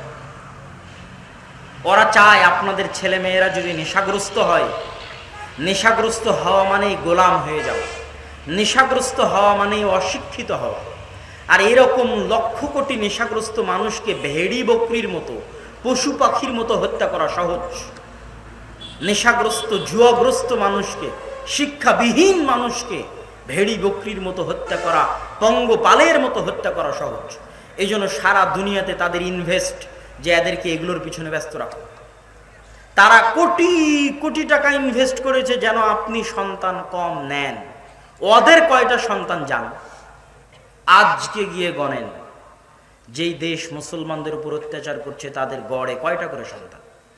তাদের গড়ে 90% যদি 6টা 7টা করে সন্তান না হয়েছে, তাহলে সেই দিন আপনি আমাকে এসে বলিয়েন যে আব্দুল্লাহ ভাই আপনি তথ্য দিয়েছিলেন ভুল তথ্য। গড়ে 6টা 7টা করে সন্তান, গড়ে সারা পৃথিবীতে যেখানে তারা আছে। এই জন্য টার্গেট করে আপনার শিশুকে হত্যা করে।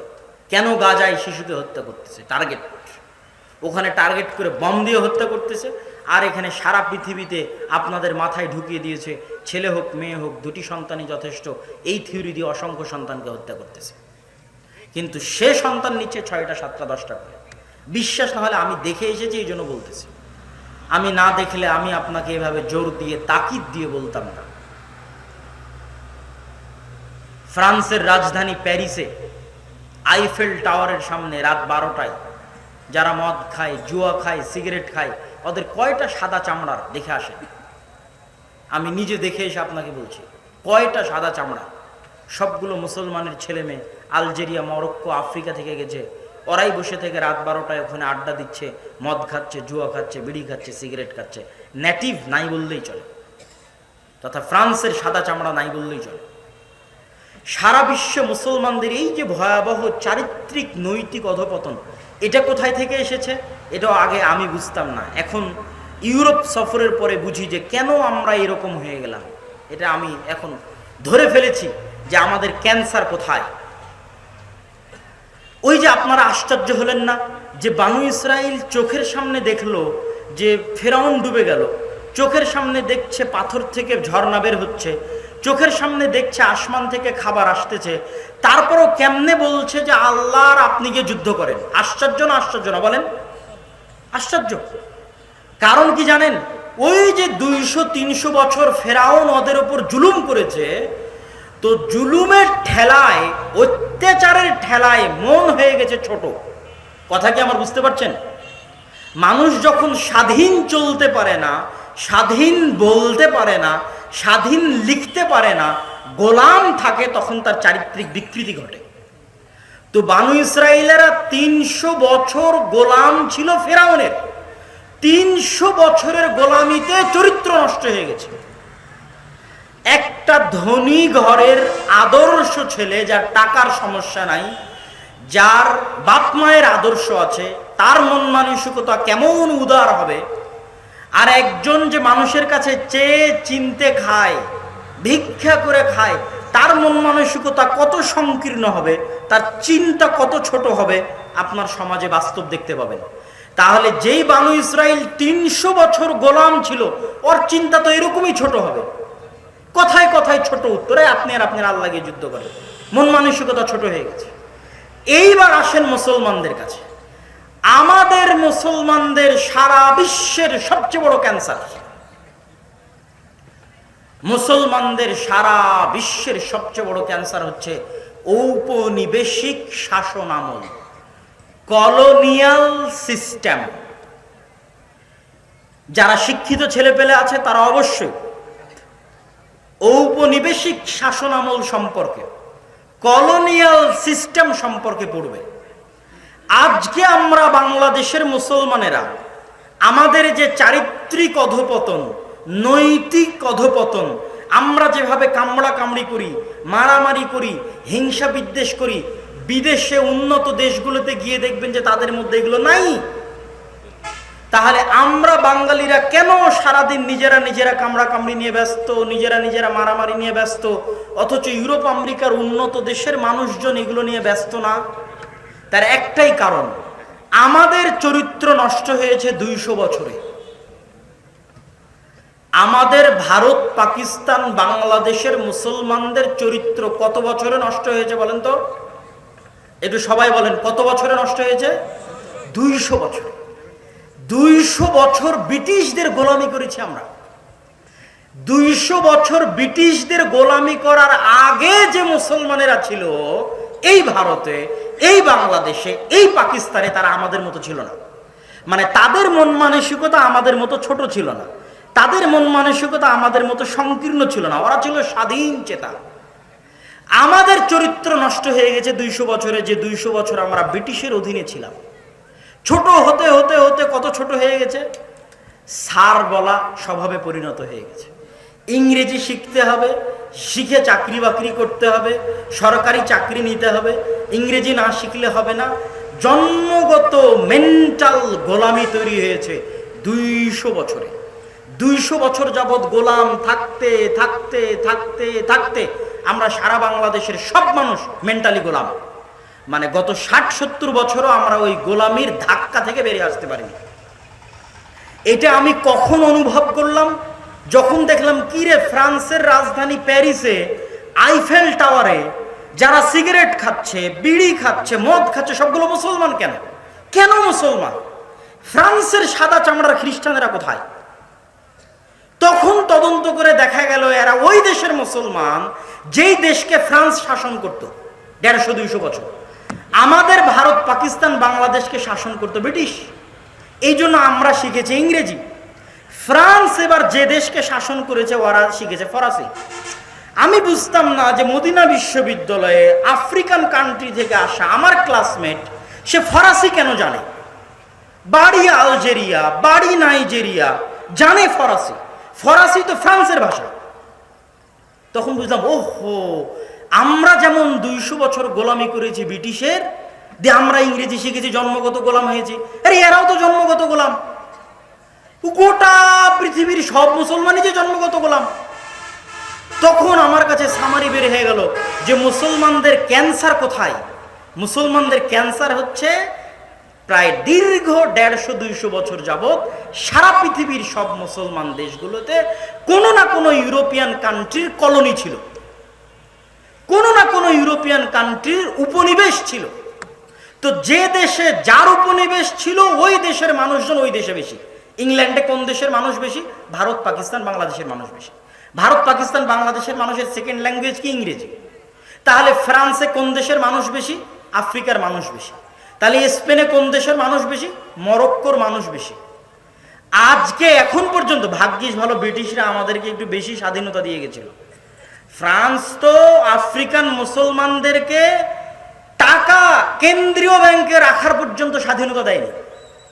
ফ্রান্স ওই সমস্ত দেশকে এইভাবে পঙ্গু করে রেখেছে, আফ্রিকান মুসলিম কান্ট্রিগুলোকে, যে তোমরা তোমাদের টাকা আমার সেন্ট্রাল ব্যাংকে রাখবা, যাতে যে কোনো মুহূর্তে আমি আটকে দিতে পারি। তোমরা আমার অনুমতি ছাড়া কোথাও চুক্তি করতে পারবে না, যেন আমার স্বার্থবিরোধী কোনো চুক্তি না হয়। এইটা হলো মুসলমানদের আজকের এই যে নৈতিক চারিত্রিক অধপতন, যে আমাদের ছেলেমেয়েরা সব মদ খাচ্ছে, সব জুয়া খেলতেছে, গাঞ্জা খাচ্ছে। কেন এরকম হয়ে গেল? কেন এরকম হয়ে গেছে? এরা 200 বছর ব্রিটিশের গোলামি করেছে, এই জন্য গোটা মুসলিম বিশ্বের অবস্থা এরকম। ওটা আরো ক্লিয়ার আপনি কোথায় দেখতে পাবেন? লিবিয়ার ত্রিপলি থেকে দেখবেন প্রতি রাতে শত শত নৌকা ছাড়ে ইউরোপের উদ্দেশ্যে। নৌকাগুলো বাতাস দিয়ে ফুলানো থাকে। ওই বাতাস দিয়ে ফুলানো নৌকাতে 300-400 জন করে উঠে। আর এই 300-400 জনই মুসলমান, শুধু বাংলাদেশের মুসলমান না। ও ইন্দোনেশিয়া থেকে গেছে, আফ্রিকা থেকে গেছে, আফগানিস্তান থেকে গেছে, পাকিস্তান থেকে গেছে, সবই মুসলমান। এদের ভাগ্য দুটাই, হয় সমুদ্রে ডুবে মরে যাবে, আর না হয় ইউরোপের কোনো কান্ট্রি ওদেরকে ভিক্ষা দিবে শরণার্থী হিসেবে, লে বাবা থাক এখানে, শরণার্থী হিসেবে থাকার জায়গা দিবে। এই নৌকাটা হচ্ছে সারা বিশ্বের মুসলমানদের চিত্র, যে সারা বিশ্বের মুসলমানদের চারিত্রিক, নৈতিক, মেন্টাল গোলামি কোন জায়গায় গিয়ে দাঁড়িয়েছে, ওই নৌকায় গেলে আপনি দেখতে পাবেন। অথচ ওই ইউরোপিয়ান কান্ট্রিগুলোর একটা থেকে আরেকটায় যখন যাচ্ছি, ইংল্যান্ড থেকে যখন স্পেনে গেলাম, দেখি কোথাও ইংরেজি নাই, এক্সিটটা পর্যন্ত ইংরেজিতে লেখা নাই, যে আমি যে বের হব এটাই পর্যন্ত ইংরেজিতে লেখা নাই। হতবাক! স্পেন থেকে বের হয়ে যখন ফ্রান্সে ঢুকতেছি, না ইংরেজি। মানে তারা নিজ নিজ ঐতিহ্য ধরে রেখেছে। ফ্রান্স তার ঐতিহ্য ধরে রেখেছে, স্পেন তার ঐতিহ্য ধরে রেখেছে, ব্রিটিশ তার ঐতিহ্য ধরে রেখেছে। ঐতিহ্য ছেড়ে দিয়েছে কারা? মুসলমানেরা। কেন? ওই 200 বছরের গোলামিতে এদের চারিত্রিক বিকৃতি ঘটেছে। এই চারিত্রিক বিকৃতি থেকে উদ্ধার হতে আরো 100 বছর সময় লাগতে পারে। আরো 100 বছর সময় লাগার পরে ওই রকম উঁচু হিম্মতওয়ালা একদল মানুষ যদি আসে, উঁচু হিম্মতওয়ালা, যেরকম উঁচু হিম্মতওয়ালা মানুষ ছিল সালাহুদ্দিন আইয়ুবী, যেরকম উঁচু হিম্মতওয়ালা মানুষ ছিল ওমর ইবনুল খাত্তাব, ওই রকম উঁচু হিম্মতওয়ালা একদল মানুষ যদি আসে, যাদের ব্রেন হবে স্বাধীন চেতা। আমি আপনাকে বলে যাচ্ছি, গোটা মুসলিম বিশ্বের 99% মানুষ জন্মগত মেন্টালি গোলাম। আমাদের বাংলাদেশের, পাকিস্তানের, ভারতের সকল মানুষ জন্মগত মেন্টালি গোলাম। এরা ওই ট্রমা থেকে, ওই 200 বছরের ট্রমা থেকে, যে 200 বছর ব্রিটিশরা আমাদের উপর অত্যাচার করেছিল, আমরা বের হতে পারিনি। এটা বের হতে আরো সময় লাগবে, আরো 100 বছর সময় লাগবে। যখন এরকম স্বাধীন চেতা নিয়ে, উঁচু হিম্মত নিয়ে মুসলমানদের মধ্যে থেকে মানুষ বের হবে, তখন আল্লাহ সুবহানাহু ওয়া তাআলা তাদেরকে বিজয় দান করবেন। আর ঈমান, তাকওয়া এবং পরহেজগারিতা থাকবে, তখন আল্লাহ তাদেরকে বিজয় দান করবেন। সম্মানিত উপস্থিতি, জেরুজালেম, ফিলিস্তিন এবং মসজিদ আকসার উপর এবং মুসলমানদের সামগ্রিক পরিস্থিতির উপর এই লম্বা বক্তব্যের শেষে আপনাদের কাছে আমাদের অনুরোধ, আজকে আমরা এখানে যে সম্মেলনটি আয়োজন করেছি, এটি দেশব্যাপী আল জামিআহ আস-সালাফিয়ার যে দাওয়া বিভাগ আছে, আদ-দাওয়া ইলাল্লাহ, এই দাওয়া বিভাগের অধীনে আমরা দেশব্যাপী মক্তব শিক্ষার প্রজেক্ট হাতে নিয়ে সফর করছি। প্রায় 4টা জেলার আমরা 126টা মসজিদ আমি নিজে সফর শেষ করেছি। প্রায় 250টা মসজিদে আমি নিজে মক্তব উদ্বোধন করেছি। আপনাদের গোদাগাড়িতেও আমি সফর দিয়েছি এবং সেই লক্ষ্যে মূলত ফি সাবিলিল্লাহ এই প্রোগ্রামগুলো আয়োজিত হচ্ছে। এই প্রোগ্রামগুলোতে না বক্তার কোনো স্বার্থ আছে, মানে আমরা যারা এসেছি আমাদের কোনো স্বার্থ নয়, আমরা ফি সাবিলিল্লাহ আল্লাহর সন্তুষ্টির জন্য এসেছি। যারা আয়োজন করেছে তারাও ফি সাবিলিল্লাহ দ্বীনি দাওয়াতি কাজ বাস্তবায়ন করার জন্য এই প্রোগ্রাম আয়োজন করেছে। আর এই প্রোগ্রামের মূল লক্ষ্যই হচ্ছে, যে সমস্ত দায়িত্বশীল ভাইয়েরা আছে যারা এখানে দাওয়া ইসলামী সেন্টারের দায়িত্ব পালন করছে, তারা আপনাদের এই গোদাগাড়ি অত্র অঞ্চলে বা আরও আশেপাশে কিভাবে মসজিদ ভিত্তিক মক্তব শিক্ষাগুলোকে আরও শক্তিশালী, আরও জোরদার, আরও পাওয়ারফুল করা যায়, এটা নিয়ে তারা কাজ করবে। যেন মসজিদ ভিত্তিক যে দিন শিক্ষা মুসলমানদের অতীত ঐতিহ্য ছিল, এবং মুসলমানদের এই সামগ্রিক অধপতনের তো একটা জিনিস দেখলেন, শিক্ষা, যে মুসলমানদের কোথাও শিক্ষায় নাই, না কুয়েত, কাতার, বাহরাইন, তারা শিক্ষায় পৃথিবীর অন্য কারোর সাথে টেক্কা দিচ্ছে। তারা আছে পর্যটন আর বিনোদন নিয়ে, দুবাই আছে পর্যটন বিনোদন নিয়ে, তাদের কোনো শিক্ষার প্রজেক্ট নাই। আমাদের সরকারেরও শিক্ষার কোনো মেগা প্রজেক্ট নাই কনস্ট্রাকশন আর বিল্ডিং নিয়ে। আর মসজিদ কমিটি আছে টাইলস আর এসি নিয়ে, কারো মাথায় শিক্ষা নাই। তো ওই মসজিদ স্বর্ণ দিয়ে বানিয়ে কি করবে, যে মসজিদের আশেপাশে সবই মদখোর আর জুয়াখোর, কি করবে? অথচ ওই টাকা থেকে 5টা টাকা বাঁচিয়ে যদি ওই সমস্ত সন্তানদের দিনের শিক্ষার ব্যবস্থা করত, দাওয়াতের ব্যবস্থা করত, তো মসজিদ না থাকলে খোলা মাঠে অন্তত মানুষ সালাত আদায় করত। তো এই থিমটা নিয়ে আমরা মসজিদ ভিত্তিক দাওয়াতি কাজ করছি। এটি জামিয়া আল জামিয়া আস-সালাফিয়ার একটি অঙ্গ প্রতিষ্ঠান হিসেবে দেশব্যাপী দাওয়াতি কাজ করছে। এই দাওয়াতি কাজে আপনাদের স্বতঃস্ফূর্ত অংশগ্রহণ এবং সহযোগিতা আমরা কামনা করি। আপনাদের মধ্যে আমি জানি না আমাদের দিনী ভাইয়েরা এবং স্বেচ্ছাসেবক ভাইয়েরা আছে কিনা, যারা কাপড় নিয়ে ভেতরে যদি প্রবেশ করে তাহলে আমি অনুরোধ করব ভেতরে প্রবেশ করার জন্য। আপনারা অবশ্যই আপনাদের সাধ্য অনুযায়ী তাদেরকে সহযোগিতা করবেন, এবং কেউ যদি স্থায়ীভাবে আমাদের এই মক্তব প্রজেক্টগুলোর জন্য কাজ করতে চান, তারাও সরাসরি আমাদের সাথে যোগাযোগ করবেন। এবং আদ-দাওয়া ইলাল্লাহর মানব সেবার যে ফ্রি ব্লাড গ্রুপিং, এটাও আপনাদের প্যান্ডেলের পশ্চিম পার্শ্বে চলতেছে।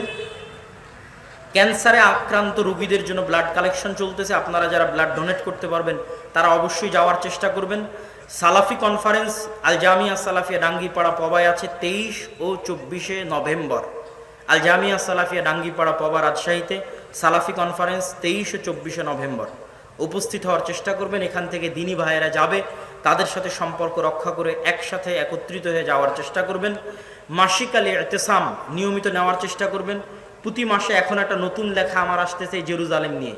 যা বললাম তা যদি লিখিত আকারে পেতে চান, যে আপনার কাছে ডকুমেন্ট থাকবে, তাহলে এই মাস থেকেই মাসিক আল ইতিসামে এই লেখাগুলো যা বক্তব্যে বলছি তা পাবেন। কয়েক পর্বে এটা চলবে। আপনাদের সকলকে আল জামিয়া সালাফিয়ার জন্য দোয়া করার জন্য, এবং আল জামিয়া সালাফের এই দাওয়া বিভাগ আদ-দাওয়া ইলাল্লাহ এর দাওয়াতি কাজে বৈঠকি দানে অংশগ্রহণ করার উদাত্ত আহ্বান জানিয়ে আমরা সবাই আল্লাহর নিকটে দোয়া করি, হে আল্লাহ, আপনি ফিলিস্তিনে আমাদের নির্যাতিত মাজলুম মুসলিম ভাইদের সহযোগিতা করুন, আল্লাহুম্মা আমিন। হে আল্লাহ, আপনি ফিলিস্তিনের মুসলিম শিশু, মুসলিম নারী এবং পুরুষ যারা মারা যাচ্ছে তাদেরকে শহীদ হিসেবে কবুল করুন, আল্লাহুম্মা আমিন। স্টেজে যারা আছে তারাও আপনারা এই বৈঠকি দান, হ্যাঁ মহিলাদের ওখানেও বৈঠকি দানে অংশগ্রহণ করার চেষ্টা করবেন। হে আল্লাহ, আপনি আমাদের ফিলিস্তিনের মুসলিম ভাইদেরকে গায়েব থেকে, অদৃশ্য থেকে আপনার মদদের ব্যবস্থা করে দিন, আল্লাহুম্মা আমিন। হে আল্লাহ, আপনি মুসলিমদের মধ্যে থেকে সুলতান আন নাসিরা, এমন একজন সৎ, সাহসী, যোগ্য শাসক পাঠিয়ে দেন, যেই যোগ্য শাসক পুনরায় আল মসজিদ আল আকসা সুলতান সালাহুদ্দিন আইয়ুবীর মতো উদ্ধার করবে, আল্লাহুম্মা আমিন। আর এর জন্য আমাদের মা এবং বোনদের পরহেজগারিতা এবং তাকওয়া খুব জরুরি। যখন কোনো সমাজে বেহায়াপনা, বেলেল্লাপনা ছড়িয়ে পড়ে, তখন ওই সমাজে আর পুরুষ জন্মগ্রহণ করে না। কথা কি বুঝতে পারলেন? যদিও দানের মধ্যে আছেন, যে যখন কোনো সমাজে বেহায়াপনা, বেলেল্লাপনা ছড়িয়ে পড়ে, তখন ওই সমাজে আর কি জন্মগ্রহণ করে না? বেটা ছেলে জন্মগ্রহণ করে না, পুরুষ জন্মগ্রহণ করে না। সব বেটা ছেলে কিন্তু আসলে মেয়ে ছেলে, মানে সবার মধ্যেই মেয়েলি বৈশিষ্ট্য, কিন্তু ছেলে পুরুষ মানুষ, কিন্তু মেয়েলি বৈশিষ্ট্য। কেননা বেহায়াপনা, বেলেল্লাপনা ছড়িয়ে গেছে। পুরুষ সাহসী সন্তান সুলতান সালাহুদ্দিন আইয়ুবীর মতো, তারেক বিন জিয়াদের মতো ওই মাই জন্ম দিতে পারবে যেই মায়ের তাকওয়া আছে, পরহেজগারিতা আছে, পর্দা আছে। যেই পিতার তাকওয়া আছে, পরহেজগারিতা আছে, পর্দা আছে, তাদের গর্ভে পুরুষ জন্ম নিবে, মুজাহিদ জন্ম নিবে, সালাহুদ্দিন আইয়ুবী জন্ম নিবে, তারেক বিন জিয়াদ জন্ম নিবে। আল্লাহ যেন আমাদের মুসলিম মা এবং বোনদেরকে সেই মাপে নিজেদেরকে গড়ে তোলার, নিজেদের সন্তান সন্ততিদেরকে মসজিদে আকসার জন্য ওয়াকফ করে দেওয়ার, আল্লাহর রাস্তায় ওয়াকফ করে দেওয়ার, ফিলিস্তিনের জন্য ওয়াকফ করে দেওয়ার, এবং আল্লাহ সুবহানাহু ওয়া তাআলার রাস্তায় দ্বীনি দাওয়াতি কাজ করার জন্য ওয়াকফ করে দেওয়ার তৌফিক দান করুক, আল্লাহুম্মা আমিন। এবং ওই